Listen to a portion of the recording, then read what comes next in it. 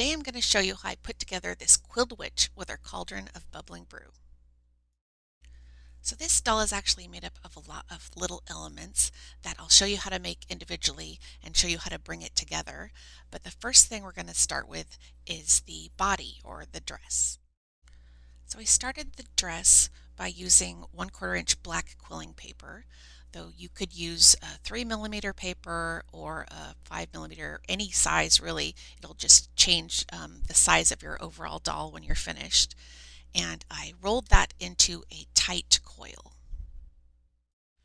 Once you finish rolling that first piece of paper, then don't glue it to itself, but rather add a little dab of glue and add another strip of paper. Keep rolling and keep doing that, keep it tight until you get to about 1¼ inches of width on your coil. You can use a ruler to measure the 1¼ inches, or in this case I'm using my circle template. Both of course come in handy for lots of different quilling projects.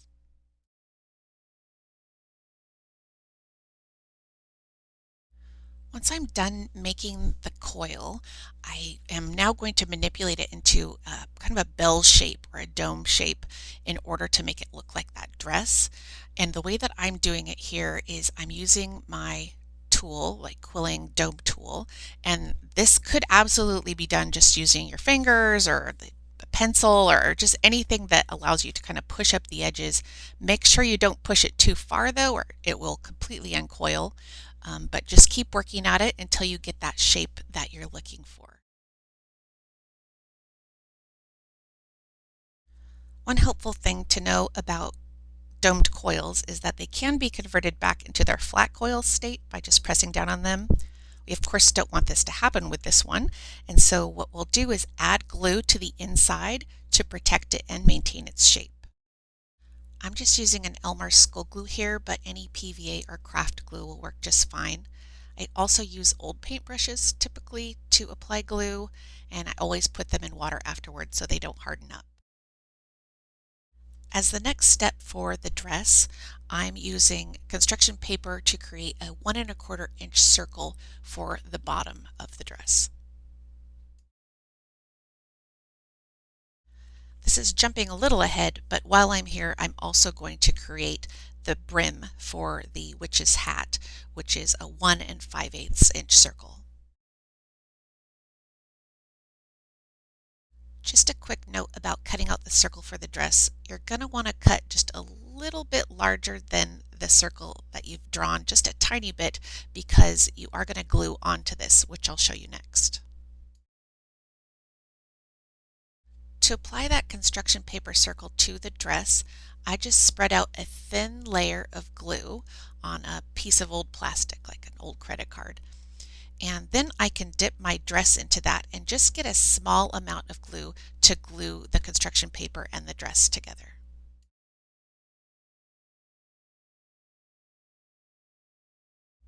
Now that we've finished with the dress, we're going to move on to making the witch's hat.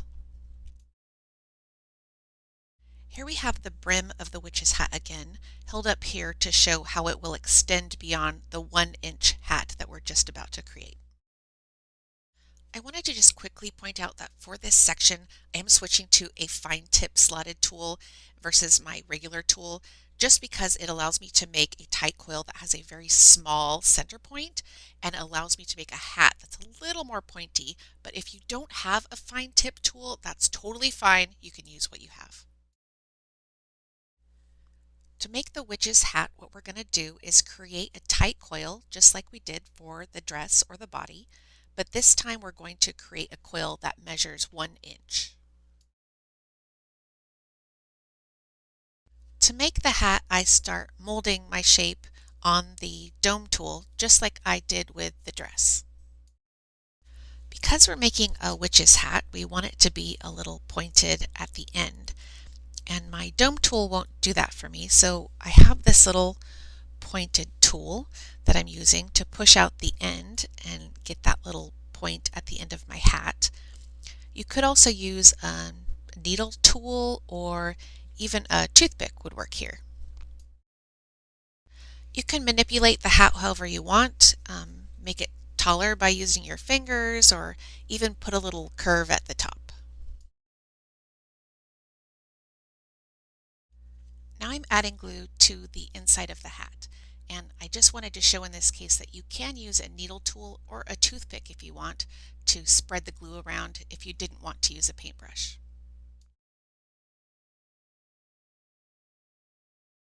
To put together the hat and the brim, we're going to use that same method of spreading out the glue and then dropping the top of the hat into it, tapping into it, and then center that onto the brim of the hat. Clean up any glue with a toothpick or a fine tip brush. Now we're going to move on to working on this little doll's head. I've opted for Apricot as the color for the head, but you could choose any color that you like to get the skin tone that you like. Even a green color for a witch would be very cute.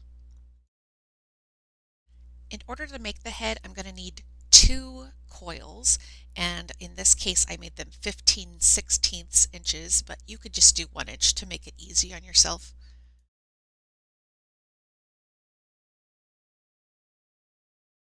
Now comes the fun part where we turn these into domes, and these 2 domes together are going to be put together in order to make a round head. Figuring out how deep to make these domes is really more of an art than a science because you kind of want to play around with it and see what it looks like in your hands and what it's going to end up looking like together. And in this case, I kind of opted for more of an elongated head, even though it turned out looking a little alien at first. It kind of gives it a little bit cartoonish look, but you can play around and see what you like and come up with something that will work for your project. Once you have the head in the shape that you like, this is totally optional, but you can add just a little nose. I used a pointed tool to just give her a little button nose. You could give her a more pointed nose or a more rounded nose. Just play around with it and have fun and see what looks cute to you. Now we add glue to the inside of both sides of the head, making sure to get that little nose too if you've added it. Once the glue on the inside of the domes has dried, you can put some glue along the outside rim of each side of the head so that you can glue them together. I try to match up the seams on both sides of the head just to make it easier to hide it later. And there is the finished witch's head.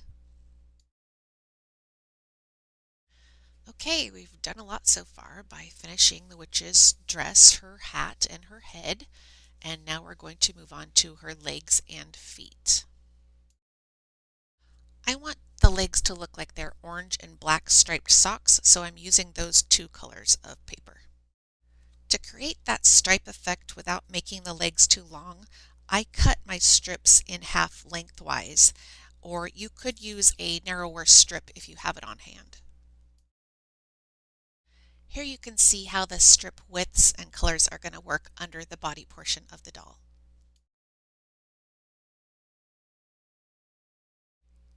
Each leg is made out of 3 stacked coils, 2 orange and 1 black. For the top coil on the legs, I used the full length of 1 strip for each side. For the black and the orange on the second and third row, I'm going to use 3/4 of a length of a strip. The reason for this is that using the longer strip at the top of the leg gives it kind of an appearance that, it's a thigh and tapers down a bit to the ankle, although it doesn't taper that much. So if you just want to make it easy on yourself and use the same length strip for every single coil on both of the legs, that's totally fine. Do whatever makes you happy. Okay, so once you have the 3 stacked coils for each of your legs, you're going to want to glue them together. If you remember to, a good practice is to keep all of your seams lined up. See? Super cute. Next we need to glue the legs onto the body. And remember to put the widest coil at the top since it's the thigh. And I like to line up my seams in the back on both legs. All right, before we move on to the next big thing, let's do something quick and easy, which is adding a hat band to the witch's hat. I'm just using a piece of leftover paper from the legs, an orange piece that's cut lengthwise. Once I get kind of a rough measurement on that, I'm going to add little dabs of glue around the outside so that I can place my paper on it and snip off the end, and I am done. This next piece is super exciting because we're going to be putting the head and the body together. So here we have the dress and the legs, the body, and the head, and we're going to use some tacky glue in order to hold them together because it dries a little bit faster than regular glue. And we're going to use a piece of aluminum foil to help us hold everything in place while it's drying. What I do is I just crumple it up and manipulate it until it has a flat surface that things can lay in and be supported, but also line up so that when you glue them, they hang out together and can sit in that space. And it may take a minute or two to get it to exactly what you want it to be, but you'll get there.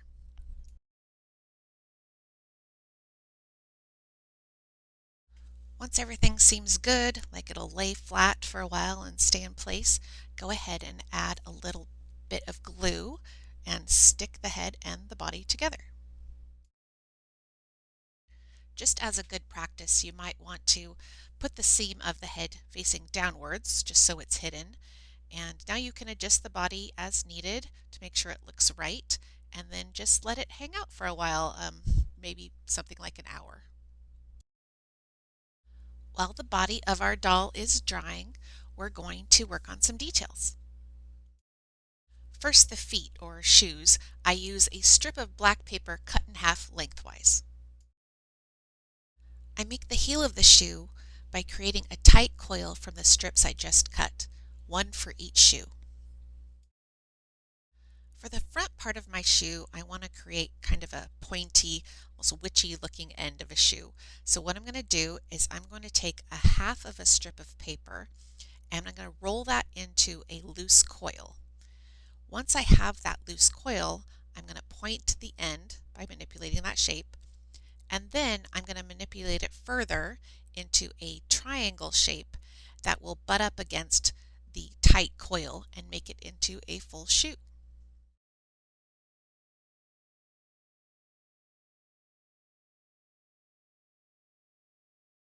Once you have those two parts of the shoe the way that you like them, you can glue them together.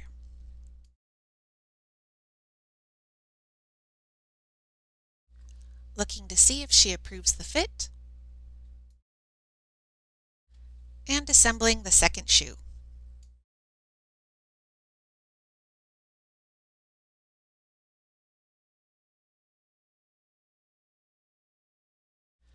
The next detail I'm going to work on is the eyes. There are probably 100 different ways that you could make eyes. I just like to use a hole punch to create them out of a white piece of paper, and then a felt tip marker to create the eye color. I use a black marker to make the center of the eye, and then a white reflective dot always adds a little life. Now to add the eyes onto the doll itself. You can just eyeball this, no pun intended. Make sure you line up your little reflective dot to make sure it's all right. And you don't have to glue it the first time around. You can set them in place before you actually do the finished gluing just to check out how it's going to look. Looks like our little doll is dry now. Her head's on straight and it's not falling off, so that's good news. And oops, it looks like she needs some feet. Just add a little glue to each of the shoes and hold them in place for a few seconds. And now she's almost ready to hit the town once she has her hat and a few other small details. Next up is adding the hair and fitting the hat. The way that I created these curls was I used a long slotted tool to wrap my strips around, but you could use a toothpick or a needle tool, anything like that, to get the same effect. I opted to stick with the orange color scheme for her hair, but you could use any color that you like to give her any color of hair, and you could change the style too. You could give her crimped hair or straight hair, you could make it short, or leave her without hair.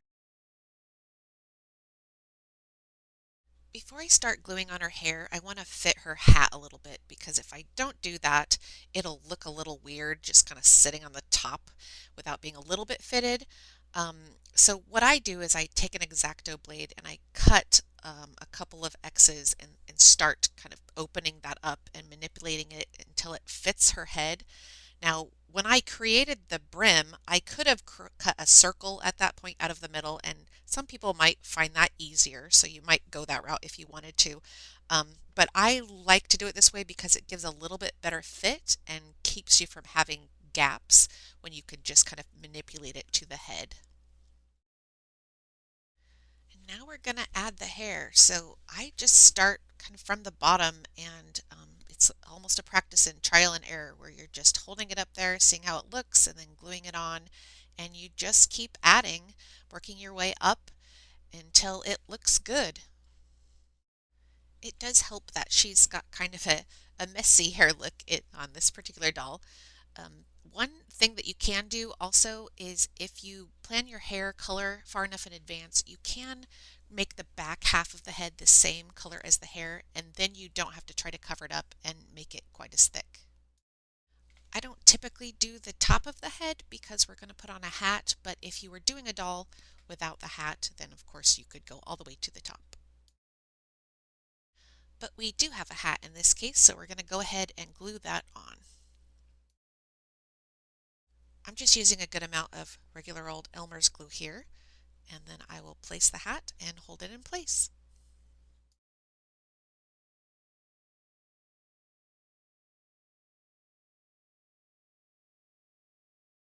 Now we're going to move on to another element in this little scene and work on the witch's cauldron and bubbling brew. For our cauldron, we're back to our 1/4 inch width black paper, and we're going to create a tight coil that measures 1 inch across. I'm using my dome tool to create the bowl for the cauldron, but I want it to have a flat bottom so it will sit flat. I add glue to the inside of the cauldron so it'll keep its shape. I want the contents of the cauldron to look like something green and frothy, and so I'm starting by cutting a green piece of paper in half lengthwise. Next, I'll use the same method I used for the hair in order to get something that's going to end up looking bubbly when it's in the pot. What I do is I just twist it and I keep working it until I get something that I like. Once I got it to a shape that I liked, I put it into the bowl while the glue was still a little bit wet so that it would adhere there, being careful, of course, not to collapse it, and then moved on to creating more bubbles on the top. Here I'm cutting the paper strip in half again so I can get really small bubbles, and it's almost about 1 millimeter now. So if you have 1 millimeter strips available, then you could use that. Once again, I'm just manipulating these little coils into a shape that I like, and then I'll glue them down into the bowl.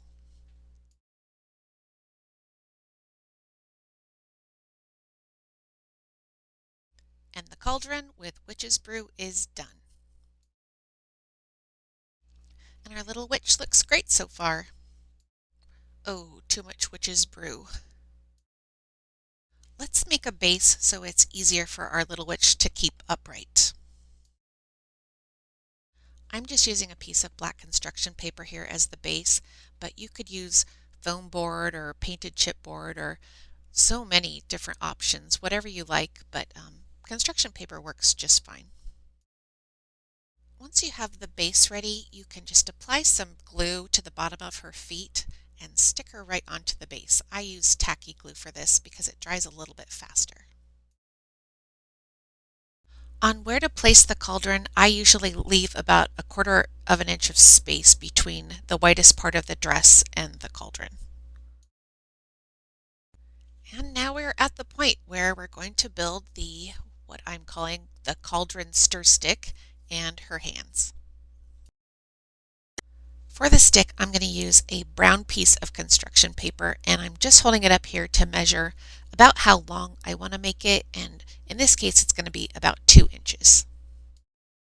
From here, I'm going to cut off about 1/2 an inch of that paper, and I'm going to form it around a toothpick and just work on rolling that up until it looks somewhat like a stick.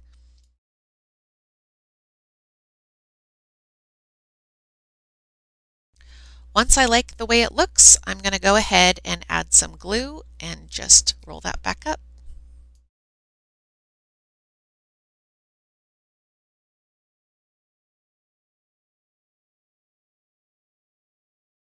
Next, I test to make sure the fit looks right. And then I take a pen and I mark on the stick where the hands should go. In order to add hands to the stick, I'm going to take a piece of paper that's the same color that I used for the head, and I'm going to cut a 1/4 piece, and then I'm going to cut it lengthwise. Each half of this strip will be one hand. I then take one of those strips and I glue it onto the stick where it was marked, and I wrap it around to give just the impression of a hand. I then do the same with the second hand.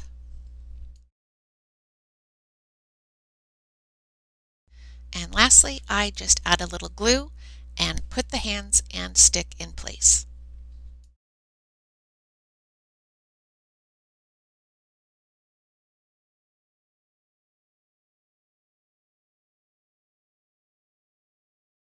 Okay, we're at our very last component, and this is completely optional, of course, but which would be complete without her familiar friend. And in this case, it is a friendly bat. It may take a couple of tries to draw this bat freehand, but it's not too difficult. Just give it a try. I used black construction paper and then just cut it out.